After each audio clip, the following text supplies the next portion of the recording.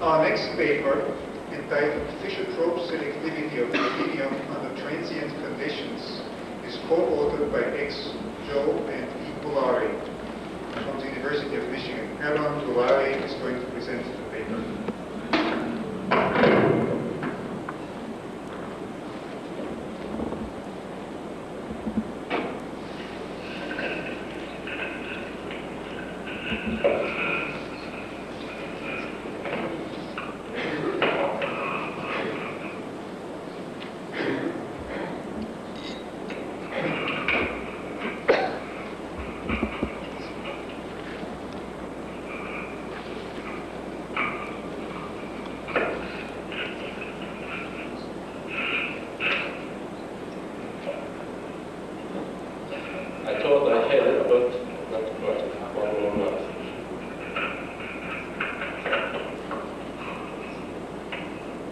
I also would like to thank Professors Bell and Nice for keeping the audience here, especially when the attraction is lunch.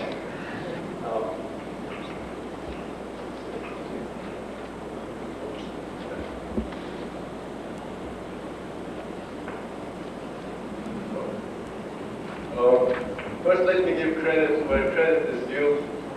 Essentially, all the work was done by my graduate student, and I get to talk about it. So he gets all the credit if there is any blame, it's mine. Well, one of the problems that we've had over the many years that we have looked at Fischer-Tropsch synthesis has been the inability to change the selectivity significantly, and especially get away from the Schultz-Flora distribution. And we decided to take a look at this problem from a different angle. Instead of trying to develop a new catalyst, we decided to see whether the Schultz-Flora distribution is there simply because one of the many competing reactions at steady state dominates, or it is due to some other important phenomenon that's going on. And what we wanted to do, in order to get away from the rate-determining step selectivity, we decided to measure the selectivity under transient conditions. And very frequently under transient conditions, of course, you are not limited by any one step. And specifically what we were after was the role of the variety of surface species that one sees, and I should say that all of our studies were done with respect to selectivity on ruthenium supported by alumina, typically 20% dispersion, 20 to 40% I should say dispersion, and under those conditions previous work by Professor Bell and co-workers and others have shown that on the surface there are lots of molecularly adsorbed CO, chemisorphed hydrogen, and what I have called carbon alpha or carbonic carbon, result of dissociation of carbon monoxide, and carbon beta, which is believed to have hydrogen, carbon containing hydrogen, and some graphitic carbon on the surface. And the question that we decided to try to answer was the role of each one of those in determining the overall activity and selectivity.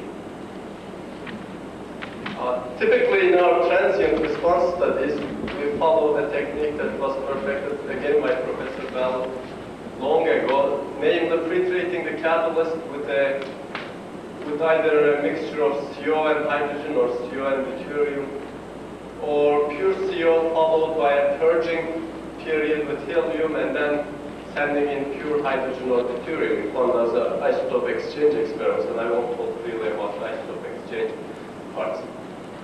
That is the theory. In practice, that means that you just need to have quite a number of valves and be able to control switching of the flows fairly rapidly, and at the same time also get data. And in our case, we had the ability to look at the products by GC mass spectrometer or FTIR, and eventually all the information was gathered online by the computer. First, in the previous talks, Professor Bell talked about the dissociation of CO And here we have a simple experiment where we have a clean, freshly prepared ruthenium catalyst.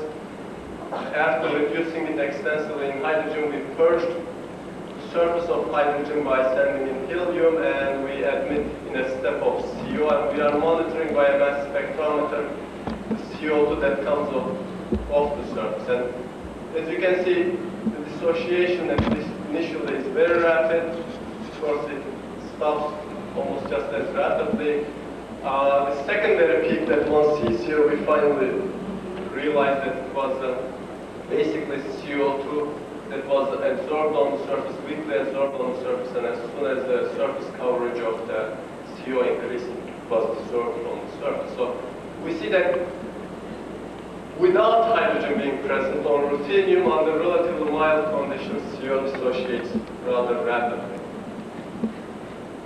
Now, if we do a different experiment there, instead of just pre-treating the surface with CO and looking at the CO2, if we look at the products that come out with a mass spectrometer after pre-treating the surface with a mixture of CO and hydrogen for different times, and then sending in a step of hydrogen, one sees the typical curve that was observed by Bell and Winslow long ago. And normally what we see is we are looking at the C2 plus signal from the mass spectrometer, meaning it includes the C2, C3 fragment, C2, C3, and some C4 fragments in the plot.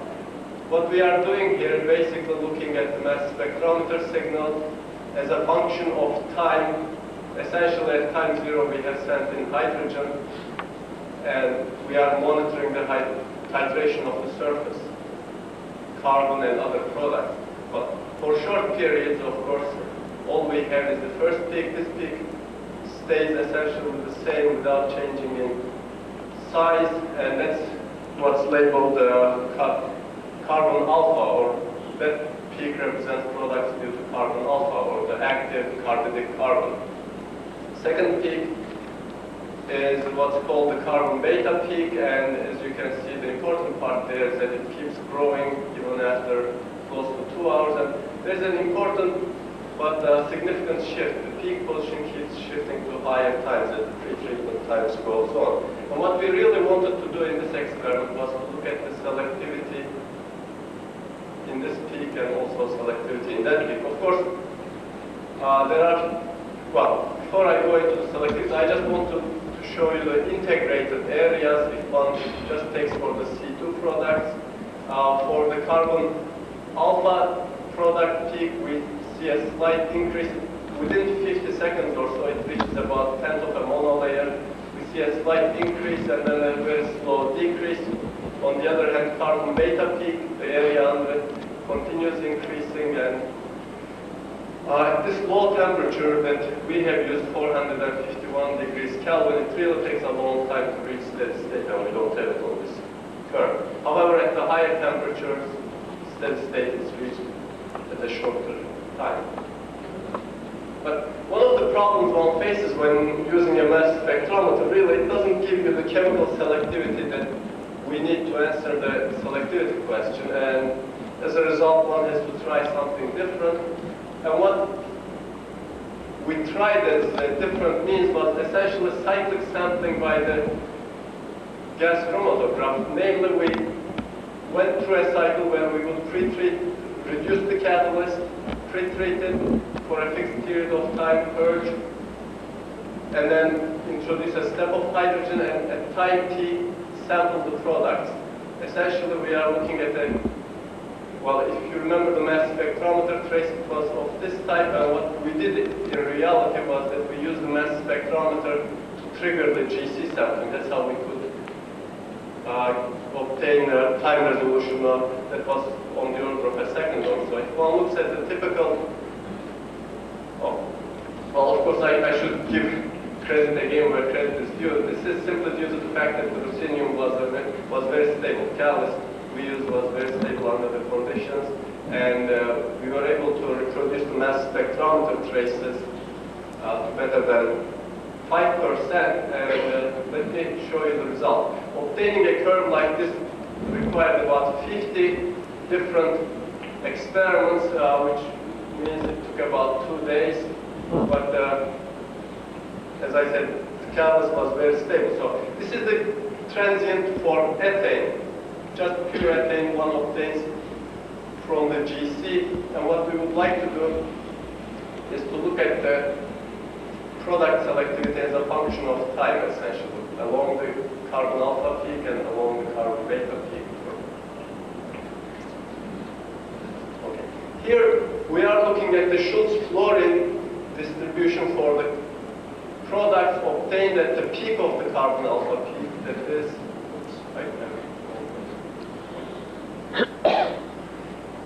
obtained at this peak and obtained at that peak. I am not sure whether I can go back. No, I guess reverse and forward are. Could you, is there anybody? This reverse and forward seems to be taking me in the same direction. Oh. All right.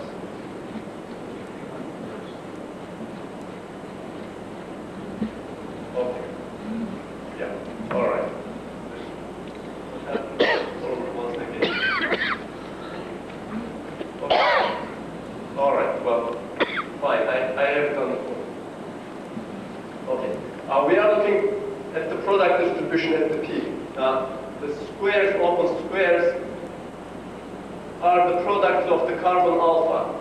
The straight line represents the Schultz-Florin distribution, and we have roughly a chain propagation probability of about 0.45 here. The diamonds, solid diamonds, represent the carbon beta products, and we have high C2 there, but then essentially flat after that.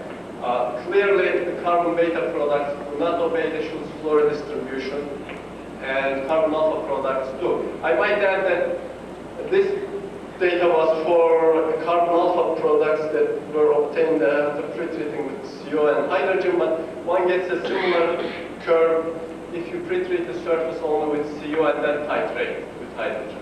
So, in reality, there's no difference in terms of carbidic carbon products or carbon alpha products obeying Schultz-Florin distribution. Now, of course, this is a steady state curve, and we see that the Schultz-Florin distribution is obeyed quite well, with the exception of C2 and C1 data points, which really means that carbon alpha products dominate under steady state conditions.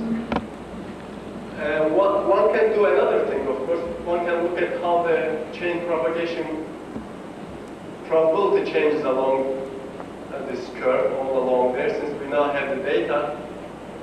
And I will show you the results only for the first peak. If you look at that, we see that the chain growth probability starts very high, and then slowly decreases. The peak corresponds roughly to about here. The peak in activity corresponds roughly to the middle here.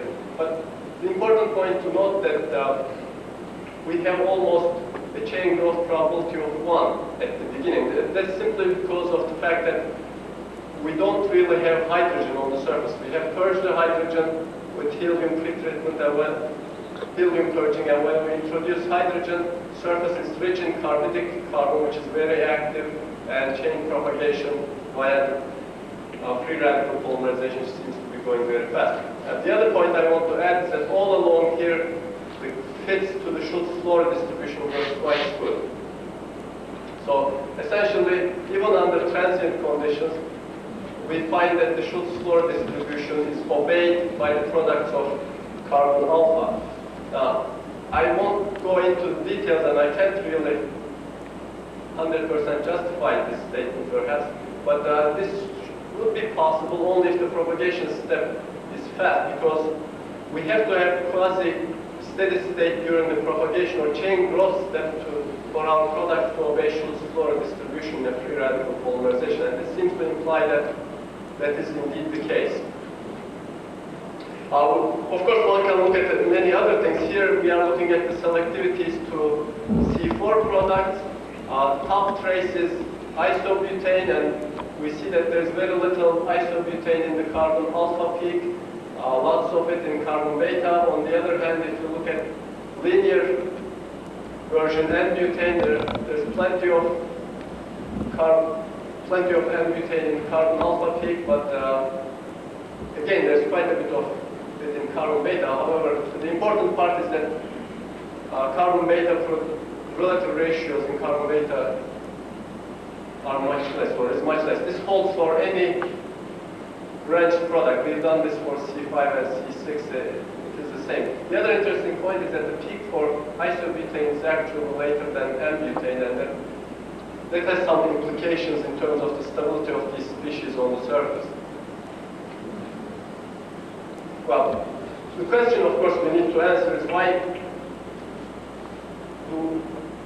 don't the carbon beta titration products not follow Schulz-Flory distribution? And we decided to take a closer look at this phenomenon. And, well, basically when I said closer, I meant we wanted to take a look at the growth of these species on the catalyst surface by infrared spectroscopy. In this case, we switched to a ruthenium on silica catalyst rather than alumina, simply because it is easier to make pellets. But let's take a look at these traces in time, the IR spectra in time. We are looking at the CH stretch region, and immediately after we introduce CO and hydrogen into the reactor, we see this first spectra, and there are many distinct peaks one could identify, 1, 2, 3, 4, 5, and as many as 6. Now, what happens is that as time goes on, really only 2, perhaps 3 grow significantly, and these 2 big peaks are the regular CH stretches, a symmetric and asymmetric CH2 stretch, and this is the CH3, asymmetric CH3 stretch. There's another asymmetric CH3 peak somewhere here, but it gets buried under the big CH2 peaks. And interestingly enough, this is very similar to something like well, actually more than hexadecane. If one goes to 20 or 30 carbon atom alkane with some branches on it, you end up having exactly the same spectra, and the frequencies are precise there at where one would find them. Now, early on, we have higher frequencies here, for example, at about 2990, and another one at 20. This one we can identify, and another one somewhere here that we couldn't identify. I think those belong to methylene species on the surface, but we haven't done our job yet. We have to take a closer look. We have data actually earlier than this where those species would be the dominating features. So what appears to be the case is that carbon beta is simply alkane groups growing on the surface. And if one makes a somewhat simple assumption that every CH3 group basically represents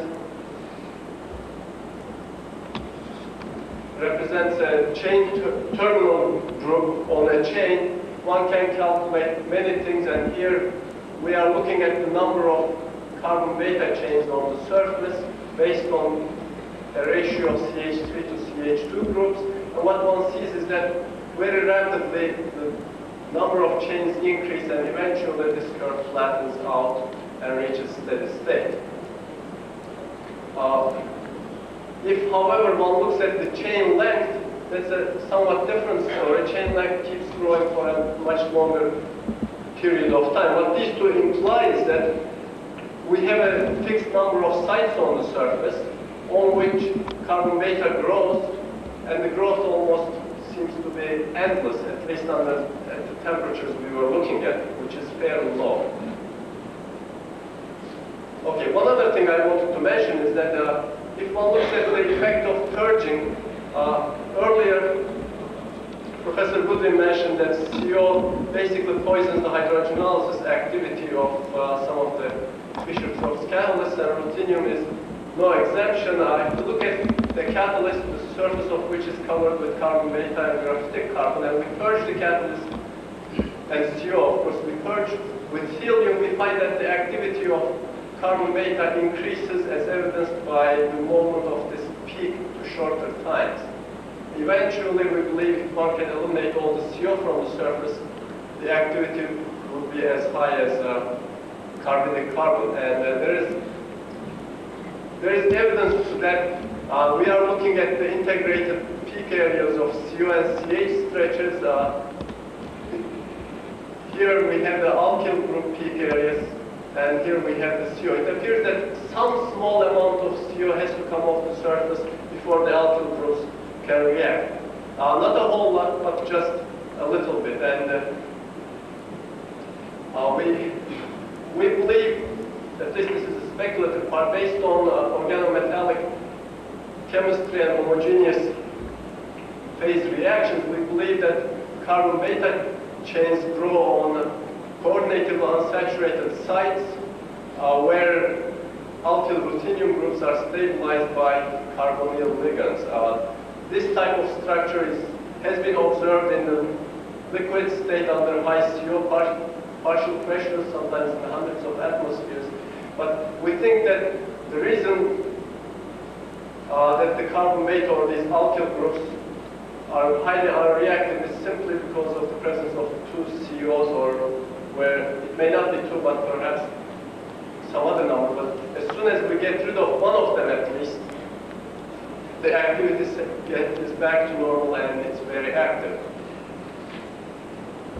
One of the things that I didn't really show you any data, but that tend to favor the previous model, that on a sintered catalyst we end up having much less surface alkyl compared to a fresh catalyst. Presumably on a sintered catalyst we have fewer coordinated unsaturated sites. Of course, if we could get carbon beta off the surface without having hydrogenolysis, this Poisson distribution really is what it should follow. It is essentially the case of an anionic living chain polymerization where you have very rapid initiation and then these nuclei keep growing, whereas what we see in real life, of course, is Schultz story. And when we hydrogenate or when we titrate carbon beta off the surface, what we seem to be getting is something between neither that nor this. The reason, of course, is very simple. When we are hydrogenating carbon beta, we are also getting rid of all the CO from the surface. As a result, we have lots of hydrogenolysis. That's why we no longer have this distribution, which is the Poisson distribution. Well, I'm going to conclude before the chairman gets up and threatens me. But basically, we find that hydrogenation products of C alpha, we have both linear and branched alkanes and alkenes. I didn't mention that. And they follow the Schultz-Flohr distribution even under transient conditions. Hydrogenation products of C beta consist of linear and branched alkanes, and at the temperatures we worked, we could not observe any olefins. However, I should say that if one increases the temperature, it's possible to get olefins. So, what else? This follows natural from our purging and IR experiments. This part is speculative. We think that C beta starts on the same sites actually that are active in for producing carbonic carbon. As a matter of fact, if one takes the sum of C beta sites and C alpha sites, they appear to stay constant. What happens is that the C beta sites increase slightly by about 2% of a monolayer. Well, they reach about 2 to 3% of a monolayer, and the C alpha sites decrease by roughly the same amount. I did not give you any data, but interesting enough, C beta accumulation increases with both CO and hydrogen partial pressure. And again, I should talk about it. I didn't show you any data for that, but if one integrates the area under the C alpha peak, it appears to be fairly independent of CO partial pressure. There's some variation, but nowhere near the changes we see in the rate of reaction with respect to CO partial pressure. And I'd like to acknowledge the National Science Foundation. I'll be happy to try to answer any questions. And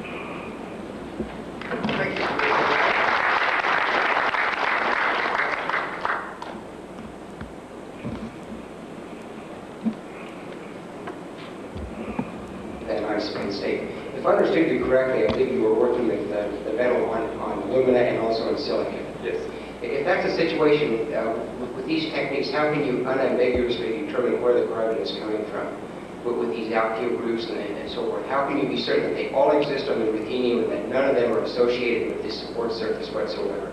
Okay, well, there are a couple of things that indicate that they are on the ruthenium. One, their presence in the catalyst pellet depends to a significant extent whether we have CO on the surface or not. Okay, we cannot, as long as we have CO present in the reactor or on the catalyst surface, you cannot get rid of them by purging, for example. If they were on the support, that should have been possible to some extent. The other point is that by IR, for example, we see chain lengths that will be comparable to 30 or so, but in reality what comes out is significantly lower. While I would admit that on alumina you can definitely have a breakup of chains, etc., the rates of reaction would not be anywhere comparable on alumina as it is on ruthenium. One other point I want to make, I did not show you any of the CO spectra that relates the activity of carbon beta and CO, is that in the CO spectrum, one of the high frequency bands of CO has to disappear before any carbon beta would react. And we tend to believe that that's one of those doublets. Well, I'm just curious, you showed that some of these peaks growing in over long periods of time. Right. And many previous studies have shown that in infrared, most of those species you observe are associated with the support and not with the metal surface. They can be both. But if you switch and clean the surface, we find that these get chewed up and primarily coming off frequently, it's just methane. They just get chewed up and brought off in a variety of products. And it could be, therefore, that when you pull a little bit of CO off the surface, you open that ruthenium surface up now to kind of hydrogenate these species off the support surface also. Well, I guess this argument has come full circle. Originally, I think Professor Tamara long ago presented them as being on the catalyst, and of course everybody jumped on him with the same argument you are jumping on me right now, that they were perhaps on the support. Now, I'm not jumping. No, I just, that was just a joke. While I would agree, if we were to send in, for example, olefins just to the support, run a blank test on the support, we do not see anywhere near accumulation. That is one of them. I guess there are many other indirect evidences, but nothing more important than perhaps I would say that the relationship between CO and carbon beta activity. But we can discuss that. I think Alex, I'm sure, knows the answer as well as I do. Yeah, let me make a comment and then pose a question on a different topic. The comment is, yes, I think these things do exist on the metal. The most convincing evidence for that is NMR, which you can do on ruthenium black, as well as supported ruthenium. You see exactly the same spectrum. The question is the following. I'm intrigued with your model of the beta carbon being an alkyl chain surrounded by carbonyl ligands. I would presume that the kind of site that is hospitable for this configuration would change as you change dispersion of the metal.